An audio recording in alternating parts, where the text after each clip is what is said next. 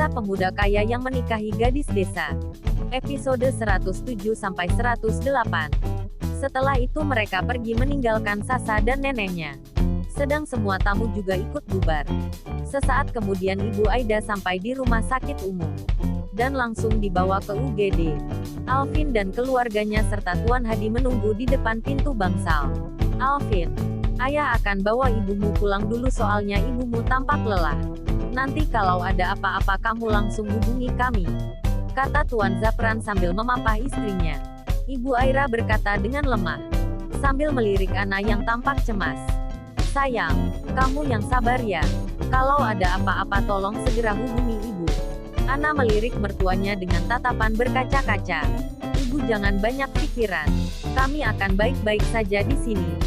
Sekarang ibu istirahat yang cukup ya di rumah. Ibu Aira mengangguk. Setelah itu Tuan Zapran melirik Alvin lagi. Jangan lupa menelpon ayah. Kabari tentang mertuamu segera. Baiklah, ayah akan pulang dulu. Alvin mengangguk. Setelah itu dia duduk di samping Ana dan memeluknya. Sayang, jangan menangis lagi. Ibu pasti baik-baik saja. Ini salahku makanya ibu seperti ini. Ana menangis dan menyalahkan dirinya. Tiba-tiba dokter keluar dari bangsal dengan ekspresi sedih. Dia berkata, Tuan Alvin, kami harus segera melakukan operasi. Karena beliau mengalami gagal jantung. Ana terkejut. Dia histeris. Dokter, tolong selamatkan ibu saya. Ana langsung merosot dari pelukan Alvin. Namun Alvin langsung menahan tubuh Ana agar tidak jatuh di lantai. Sambil memeluk Ana, Alvin melirik ke dokter. Lakukan yang terbaik buat ibu mertua saya. Ya dokter, tolong selamatkan istri saya, sahut Tuan Hadi dengan khawatir. Baik, silahkan tanda tangan dulu.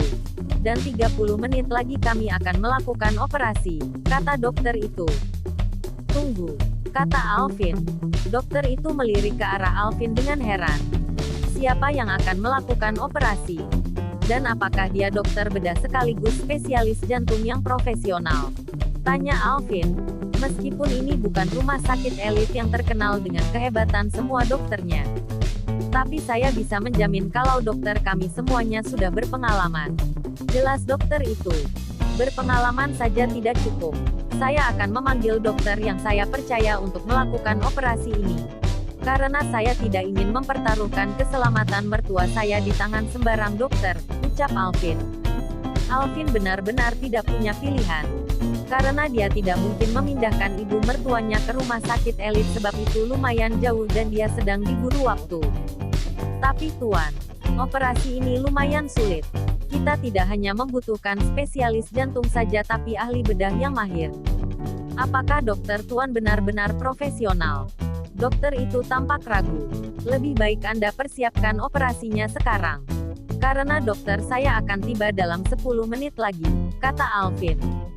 Dokter itu tidak bisa berkata apa-apa lagi. Meski ragu tapi dia tetap melaksanakan perintah Alvin. Setelah itu Alvin membuat panggilan ke Maheza yang kebetulan lagi menghadiri acara makan malam bersama Mila. Dan beberapa artis Star Entertainment dan itu sudah jam 8 malam. Halo Kak, segera datang ke rumah sakit umum kedua. Memangnya siapa yang sakit? Ibu mertuaku. Jadi kamu hanya punya 10 menit untuk sampai di sini. Apa? Baiklah Kak, aku akan segera ke sana. Setelah menutup telepon Eza berbalik ke arah Mila. Ibunya Ana lagi dirawat di rumah sakit. Apa kamu mau ikut aku ke sana sekarang? Mila kaget dan panik. Tanpa pikir lama dia langsung mengangguk. Setelah itu Eza membawa Mila ngebut menuju rumah sakit umum. 10 menit kemudian, Maheza sampai di rumah sakit dan menemukan Ana sedang menangis di pelukan Alvin. Kakak, sapa Maheza. Ana sayangku. Mila mendekati Ana dan menarik Ana dari pelukan Alvin. Kemudian dengan lembut memeluk Ana. Ana pun membalas pelukan Mila sambil menangis tergugu. Tolong lakukan operasi untuk mertuaku, pinta Alvin pada Maheza. Maheza terkejut. Dia tidak menyangka kalau kakaknya memintanya datang untuk melakukan operasi lagi. Ana tahu betul keahlian Maheza jadi dia meraih tangan Maheza seraya berkata, Za, tolong selamatkan ibuku aku mohon. Ya, Za, tolong selamatkan Bibi. Tambah Mila mencoba membujuk Eza yang diam sedari tadi.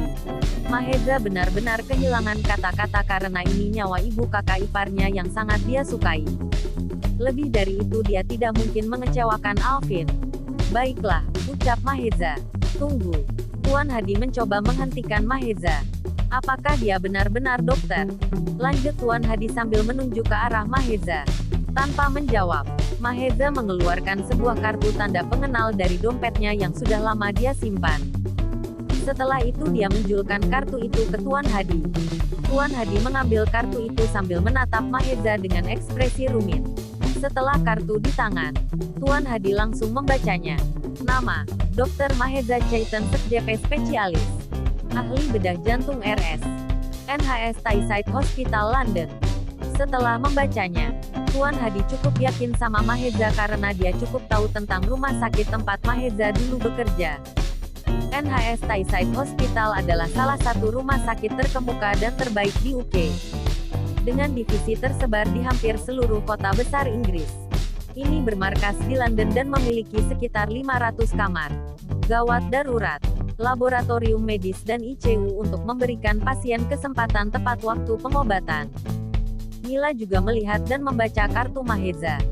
Dia juga mengenal rumah sakit itu. Setelah itu Mila merasa semakin kagum dengan Maheza yang benar-benar memiliki kepribadian yang unik menurutnya. Dia tidak hanya hebat dalam seni dan bisnis tapi juga luar biasa dalam dunia kedokteran. Aku merasa semakin jatuh cinta dengan Maheza. Oh Tuhan, bagaimana aku bisa mengambil hati Maheza yang susah ditebak apa maunya. Maheza dan Alvin pergi ke ruangan dokter. Di sana sudah ada beberapa dokter dan perawat yang sudah siap untuk melakukan operasi. Dokter, ini orang yang akan mengoperasi mertuaku, kata Alvin sambil menunjuk ke arah Maheza. Sedang Eza berdiri dengan ekspresi yang sangat dingin. Tunggu Tuan, bukankah dia CEO Star Entertainment yang terkenal itu? Tanya seorang dokter wanita yang ahli dalam bedah. Namanya Dr. Diana. Alvin mengangguk. Dokter itu tercengang. Ada keraguan yang mendalam tersirat di wajahnya. Kalau begitu bagaimana mungkin seorang CEO perusahaan hiburan melakukan operasi jantung tanpa keahlian apapun? Dr. Diana memandang rendah Maheza. Eza menyeringai sinis ke arah Dr. Diana. Dan udara ruangan itu mendadak dingin dengan tatapan Maheza. Kalian mau sampai kapan mengobrol seperti ini? Sedang di dalam ruang operasi sudah menunggu jiwa yang ingin diselamatkan. Teriak Maheza sambil pergi ke ruang persiapan. Namun sebelum itu Dr. Diana lagi-lagi menghentikannya. Maaf Tuan Maheza, tapi Anda tidak bisa pergi begitu saja. Di dalam sana bukan pentas untuk menunjukkan bakat, tapi medan perjuangan untuk menyelamatkan nyawa orang. Jadi tolong jangan gegabah. Kita tidak bisa mengambil resiko jika Anda melakukan kesalahan dalam ruang operasi. Jelas Dian dengan ekspresi rumit. Maheza merasa hilang ketenangan. Dia melirik ke arah Alvin seraya berkata, Kak, aku akan melakukan operasi jika dokter cerewet ini tidak ikut terlibat di operasi ini. Maaf Tuan, Anda tidak bisa melakukannya karena Dr. Diana adalah ahli bedah terbaik di rumah sakit ini. Dan di sini hanya ada 2 dokter bedah yang piket malam ini. Jadi tanpa Dr. Diana operasi tidak akan berjalan lancar, ujar kepala dokter itu. Maheza menyeringai ke arah kepala dokter itu tanpa ekspresi. Aku hanya butuh 1 perawat anestesi dan 1 asisten dokter. Itu sudah cukup. Mendengar perkataan Maheza, Dr. Diana sangat kesal. Maheza sudah meruntuhkan kesombongannya. Dia benar-benar tidak terima. Bagaimana kalau kamu gagal? Tanya Dr. Diana. Akan aku bayar dengan hidupku, sahut Maheza sambil memasuki ruang operasi. Dr. Diana merasa kehilangan kata-kata. Ekspresinya sangat gelap. Dia menggertakkan giginya sambil bergumam dalam hatinya. Sialan. Lelaki ini sangat sombong. Dokter kepala itu benar-benar khawatir. Dia berpikir kalau Maheza itu sudah gila. Bagaimana tidak? Setahunya operasi jantung itu membutuhkan beberapa ahli bedah. Dan 2 orang perawat anestesi dan itu sudah memakan waktu yang lama. Karena dia tidak bisa menolak permintaan Alvin. Terpaksa dokter kepala itu mengikuti permintaan Maheza. Sementara Maheza melakukan operasi, dokter kepala itu mendekati Alvin. Tuan Alvin. Alvin menengok ke arah dokter kepala itu tanpa ekspresi. Ya, nampaknya Anda begitu percaya sama dokter itu, ucap kepala dokter itu. Karena dia tidak akan gagal, sahut Alvin tanpa ekspresi. Memangnya dia siapa? Tanya dokter kepala itu dengan heran. Diana juga memiliki pertanyaan yang sama. Dialah yang melakukan operasi pada Menteri Pendidikan Luar Negeri di rumah sakit elit beberapa bulan yang lalu, balas Alvin. Dokter kepala itu tercengang, begitupun dokter Diana yang berada tidak jauh dari Alvin dan dokter kepala itu. Jadi dia si tangan malaikat yang legendaris. Dokter jenius dari London itu, ucap dokter kepala tak percaya. Operasi tersulit yang pernah dilakukan oleh Maheza pada menteri itu telah menjadi topik utama di kalangan para dokter di seluruh rumah sakit di Indonesia. Jadi tidak ada yang tidak kenal si tangan malaikat yang gila ketika di meja operasi. Keterampilan bedahnya yang rapi dan cepat membuat banyak dokter ingin belajar darinya. Tapi sayang tidak ada informasi tentangnya. Alvin mengangguk ke arah dokter kepala itu. Dokter kepala dan dokter Diana merasa kehilangan kata-kata. Mereka benar-benar tidak percaya kalau si tangan malaikat bisa muncul di rumah sakit mereka dengan terang-terangan. Dokter Diana bergumam dalam hatinya sambil tersenyum simpul. Ini tidak bisa dipercaya.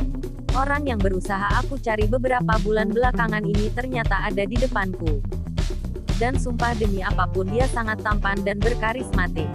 Sepertinya dia sesuai dengan kriteria suami idamanku. Dokter Diana, Anda kenapa? Tanya dokter kepala yang merasa heran dengan Diana yang senyum-senyum sendiri. Tidak ada apa-apa dok, jawab dokter Diana sambil melangkah pergi dari depan ruang operasi. Beberapa jam kemudian lampu or mati. Maheza pun keluar dari dalam tanpa ekspresi apapun. "Za, bagaimana ibuku?" tanya Ana yang tidak sabar. "Semuanya berjalan baik. Sebentar lagi dia akan dipindahkan," jawab Maheza sambil pergi mengganti pakaiannya. Wajahnya tampak lelah dan dia terlihat tidak seperti Maheza yang biasanya. Mila memandang ke arah Maheza. Dia benar-benar tidak bisa membantu dirinya kalau dia terpesona sama ekspresi serius dan dingin Maheza yang dibalut seragam operasi, dan itu untuk pertama kalinya dia melihat Maheza seperti itu. Namun tiba-tiba dia jadi teringat ekspresi di Mr. David. Ya ampun, kenapa aku tiba-tiba ingat monster gunung es itu? Ya Tuhan, tolong jangan pertemukan aku lagi dengannya. Sungguh jika aku bertemu lagi aku akan mencekik diriku. Waktu bergulir begitu cepat. Setelah selesai sarapan, Ana kembali ke ruangan ibunya. Sedang Alvin berangkat kerja. Sampai siang Ibu Aida belum juga siuman. Ana mulai cemas. Dia terus menanyakannya dengan dokter. "Dokter, kenapa ibuku belum siuman?" tanya Ana pada salah satu dokter yang ikut mengoperasi ibunya. "Itu tidak apa-apa. Ini hal wajar bagi orang yang baru selesai operasi. Tapi biar Mbak tenang. Coba saja hubungi dokter yang bertanggung jawab dengan operasi ibu Mbak. Siapa tahu dia memiliki penjelasan yang lebih rinci," kata dokter itu. Setelah menerima saran dokter, Ana langsung memberi panggilan ke Maheza yang sedang sibuk di kantornya. "Halo kakak ipar. Za, apa kamu bisa datang ke rumah sakit untuk melakukan pemeriksaan kepada ibuku? Soalnya dia belum juga siuman." "Oke kak, nanti aku akan datang sama Mila." "Terima kasih Za." Beberapa saat kemudian, Eza dan Mila datang. Begitupun juga Alvin yang membawakan makan siang untuk Ana. Eza masuk ke ruangan dan melakukan pemeriksaan. Setelah itu dia keluar. "Za, bagaimana?" tanya Ana yang lagi sibuk mengunyah makanannya. Sedang Alvin sibuk menyuapi Ana yang terlihat malas makan. Eza tersenyum. "Sebentar lagi pasti siuman kok. Jadi kakak tenang saja." Setelah selesai makan, Ana dan Mila masuk ke ruangan sedang Alvin duduk di luar dengan Maheza. Alvin dan Maheza seperti ngobrol sambil duduk dengan anggun. Mereka berdua seperti lukisan yang terbuat dari kanvas Rapunzel yang ajaib. Sangat indah dan terpampang nyata. Sontak saja mereka berdua menjadi pusat perhatian para perawat, dokter dan tamu rumah sakit yang berlalu lalang dari depan ruangan VVIP. Ada 2 pangeran di rumah sakit. Lia benar. Aduh, ini si pangeran yang super tampan dari negeri dongeng. Mereka siapa ya? Ah, masa kamu tidak tahu? Itu kan CEO Star Entertainment dan CEO MH Group. Apa? Sumpah aslinya benar-benar tampan. Ada beberapa orang juga mengambil gambar mereka diam-diam. Dan tidak butuh lama setelah diunggah di medsos mereka berdua menjadi viral. Dan semua orang berbondong-bondong menuju rumah sakit umum kedua. Dari dalam kamar pasien, tiba-tiba Ibu Aida membuka matanya dan melirik ke arah Ana.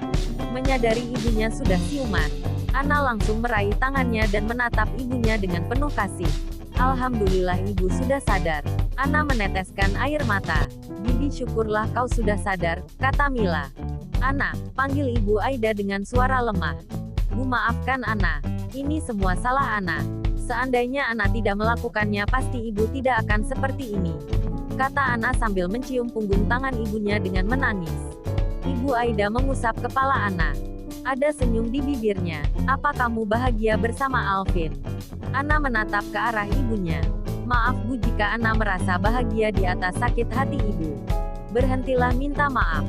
Ibu tahu kamu sudah menderita sejak lama. Jika memang bersama Alvin kamu bahagia maka lakukanlah. Kata Ibu Aida dengan suara yang lemah. Tiba-tiba Alvin masuk ke kamar. Dan melihat Ana serta mertuanya sedang ngobrol. Alvin langsung mendekat ke arah tempat tidur. Melihat Alvin masuk, Mila keluar dari ruangan. Setelah Mila keluar Alvin menunduk ke arah Ibu Aida. Ibu tolong maafkan Alvin. Ibu Aida memalingkan wajahnya dari Alvin. Meski dia berbicara seperti itu sama Ana, tapi dia masih belum bisa menerima Alvin. Karena setiap melihat Alvin dia tidak kuasa menahan air matanya karena teringat luka di masa lalu. Ibu tolong katakan pada Alvin. Apa yang harus Alvin lakukan agar ibu memaafkanku? Kata Alvin lirih. Ibu Aida menangis sambil membelakangi Alvin. Jaga Ana dengan baik dan pergilah dari sini. Aku belum siap bertemu denganmu. Jadi ibu merestui kami? Tanya Ana tak sabar. Mendengar pertanyaan Ana yang tampak harap-harap cemas. Ibu Aida berkata dengan sedikit cuek. Kalian pulanglah. Biarkan ibu di sini sama suami ibu. Ana tersenyum dan mengangguk dia berdiri setelah itu menggenggam tangan Alvin. Ana mengerti kalau ibunya sudah merestuinya. Meskipun dia belum sepenuhnya menerima Alvin. Bersambung.